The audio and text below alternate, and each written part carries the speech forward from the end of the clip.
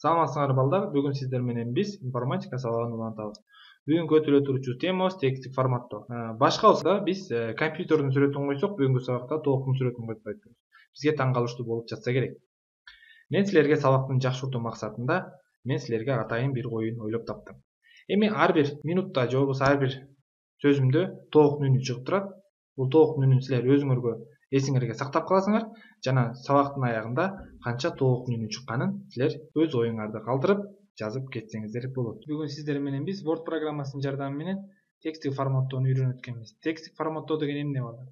Тексттик форматтоо текстке кандайдыр бир стиль киргизүү деп түшүнсөк болот. Эми сабагыбызды улантсак. Эми карасаңыздар, биз Word программасын иштеп атабыз. Word программасында бизде меню сапчалары бар. Эми бүгүнкү сабакта биз главный жана вставка меню сапчалары менен иштейт экенбиз. Инструменттер менен таанышат экенбиз. Главный меню сапчасына кайрылсак, андан кийин бул жерде 5 бөлүктөн турат. Мына көрүп атасыңар, 5 бөлүктөн турат. Линиялар менен айта кетсем.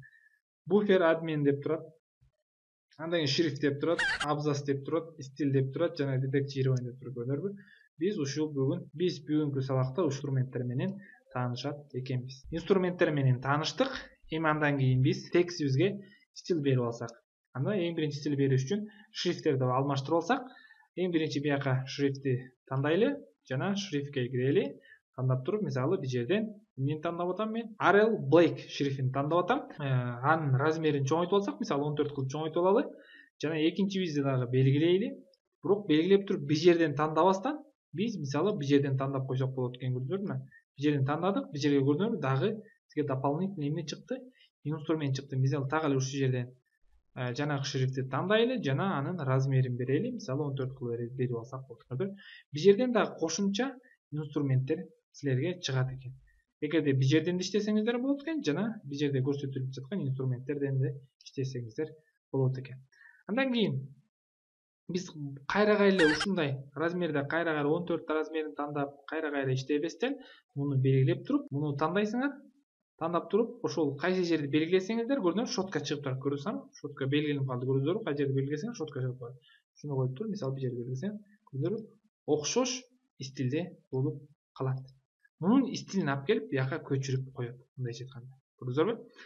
Андан кийин ошол эле учурда биз бул жерде дагы анын шрифтин алмаштырып алалы. Мисалы, бул жерди Time Roman кылып алалы. Мисалы, Time Roman кылып алалы. Анын размерин да чоңойтуп алалы. Мисалы, 16 кылып алалы анын дагы. Жанакындай эле сыяктуу буякта шотканы тандап туруп, андан кийин бул жерди белгилесеңиздер, көрдүңөрбү? Окшош размерде болуп калат.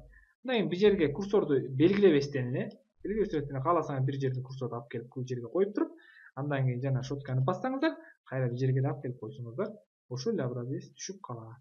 Көрдүңүздөр, Мына биз эми шрифттерин оңдоп алдык жана каалагандай стилин коюп алдык. Эми андан кийин сабагыбызды улантабыз. Андан кийин биз ошол учурдагы бөлүмдөрдү, буларды мисалы ортого келтириш үчүн, центрга, көрдүңөрбү? Центрга келтирип атабыз, көрдүңөрбү? Муну дагы центрга тандайын. Жанакындай эле мисалы шотканы алсаңыздар, бул жерде да шотка чыгат, көрөсүңөр. Бул жерде мисалы белгилеп койсоңуздар, шотка чыгат. Андан кийин биз буларга дагы ошол бир стилде берип алсак, мисалы стилде карасаңыздар, биз багыттоочу бар, мисалы оң жака жана сол жака жана ортого деп түшүнүрсөк болот. Мисалы центрга десек бул жерге кетет, солго десек буяка кетет. Бардыгын тегиз кыл десек, анда бул жери дагы оң жагы сол жагы да тегиз болуп калат. Негизи оң жагында сол жагында тегиз кылып койсоңуздар өзүңөргө жакшы болот. Мисалы тандап коюңуздар. Муну да тандап коюңуздар. Көрдүңөрбү? Баары тең тегиз болуп баштады. Мына акырындап биздин текстибиз оңоло баштады. Андан кийин буларга биз абзац берип алсак, бул жерге басып туруп, эң башкы текстине басып келип туруп, андан тапты бассаңыздар, көрдүңөрбү? Стандарттык түрдө абзац кылат. Тапты басасыңыздар. Бул жерден дагы мисалы тапты бассаңыздар болот. Көрдүңөрбү? Мисалы бул жерден дагы тапты бассаңыздар болот. Бул жерден тапты бассаңыздар. Көрдүңөрбү? Мисалы мунун баары тап көрүнөт. Стандарттык түрдө өзүнө реттүү түрдө түшөт. Көрдүңөр, тап менен. Андан кийин стилин оңдодук. Эми биз бул инструменттерге кайрылсак, жирный кылып кеткенге болот. Мисалы, мына жер шрифт. Мисалы, муну жирный менен белгилеп койсоңор, жирный болуп калат. Көрдүңөрбү? Эгерде мисалы бул жерде мисалы мен кандайдыр бир белги катарында көргөзмө катарында мындай белгилеп койсом болот. Буну курсордук белгилер решает кылат. Көрдүңөрбү? Буну белгилеп койсок болот. Анын алдында деле белги катарында мисалы белги катарында чын түшүрүп койсоңуздар болот жана жирный кылып койсоңуздар. 3 инструментти тең бир моментте бир текстке колдонуп койсоңуздар болот. Андан кийин дагы инструменттин жардамчысы бар. Биз кыйналып текстти белгилебестен бир сөздү кааласаңыздар, анда бир курсорду барып туруп, эки жолу оң кнопканы бассаңыздар, анда тоң түрдө курсор белгиленет. Жана бир жерге жана көрсөтүп турган инструменттер чыгат. Көрдүңөрбү? Кааласак бул инструменттер мисалы муну белгилеп туруп, мисалы муну белгилеп сөзүбүздү белгилеп туруп, ошондой эле жардамчы инструменттин жанынан биз кандайдыр белги белгилеп койсок. Көрдүңөрбү? Белги катарында бул жерде таштап кетсек. Кайра муну өчүрүш үчүн муну белгилейсиңер, кайра бир жерден басып туруп светти алып салсаңыздар. Көрдүңүздөр, мисалы мен бул жерде азыр белги катарында таштап кетейин, мисалы. Эми биз ошол учурда буларга көрдүңүздөр, бир жерде азыр мен атайын бөлүк катарында көрсөтүп турган шрифттердин көрсөтүшү үчүн мисалы мен бул жерде азыр буун баарын белгилеп туруп, мен бир жерден ар кандай нумерация койсом болот. Мисалы бир жерден көрдүңүздөр, нумерация койсом болот, бул багытты койсом болот. Эгерде кааласам бул багытты койсом болот, өзүм каалагандай багыт коесуң. Эгерде кааласаңар нумерация коюп койсоңуздар болот. Көрдүңүздөр, бир жерде нумерация катарында нумерация, же болбосо буква катарында рим цифралары менен койсоңуздар болот, же болбосо мындай койсоңуздар болот. Ал өзүңөрдүн эркиңерге жараша койсоңуздар болот. Мисалы мен азыр бир жерден муну тандап коеюн жана бир жердеги сөздөрдү мен өзүм бирден койбостон бир жерде өзү автомат түрдө иштетип чыгарып койсо болот экен. Көрдүңүздөрбү?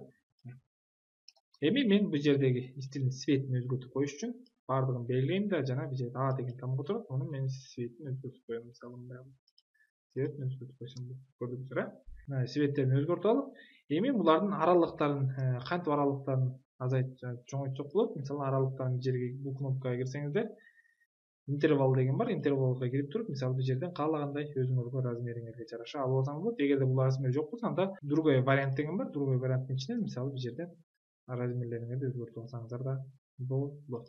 Андан кийин дагы текстке биз стилге кошсок, мисалы бир жерден рамка калтырып койсоңуздар болот. Мисалы кааласаңар все рамка кылып койсоңуздар болот, кааласаңар бир капталына гана рамка таштап койсоңуздар болот, линия таштап койсоңуздар болот. Көрдүңөрбү?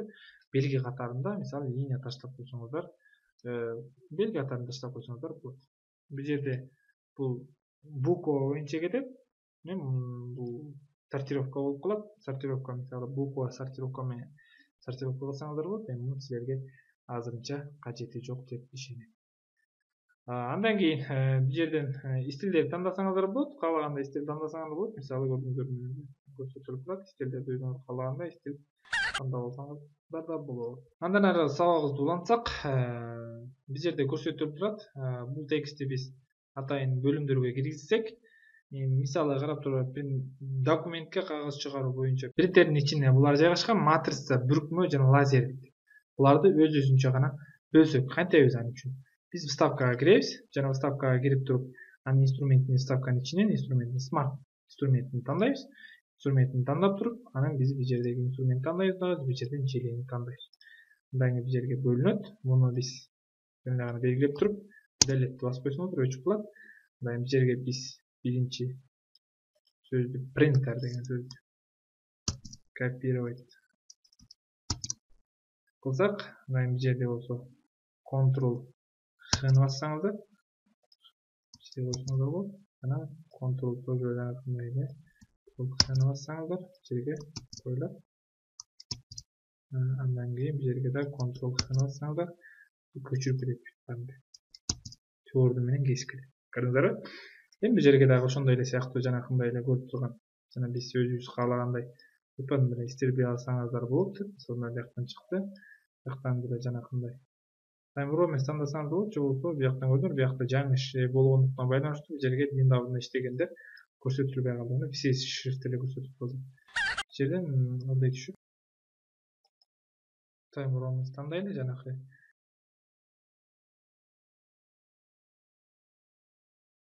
камераны тандадык. Мына көрсөтүлүп турат бул жерде. Көрдүңөрбү? Жанакы караганда Мисалы жанакы көрүнүп турганга караганда кандай болуп калды? Кооздураак көрүнүп калды, көрдүңөрбү? Жана биз мурунку вариантына караганда, жанакы мурунку вариантына караганда кооздураак көрүнүп калды, көрдүңөрбү? Андан кийин бул текстти белги катарында кетип калсак, көрдүңөрбү? Текстибиз кандай кооз болуп көрүнүп калды. Биринчи менен экинчини салыштырып көрсөк,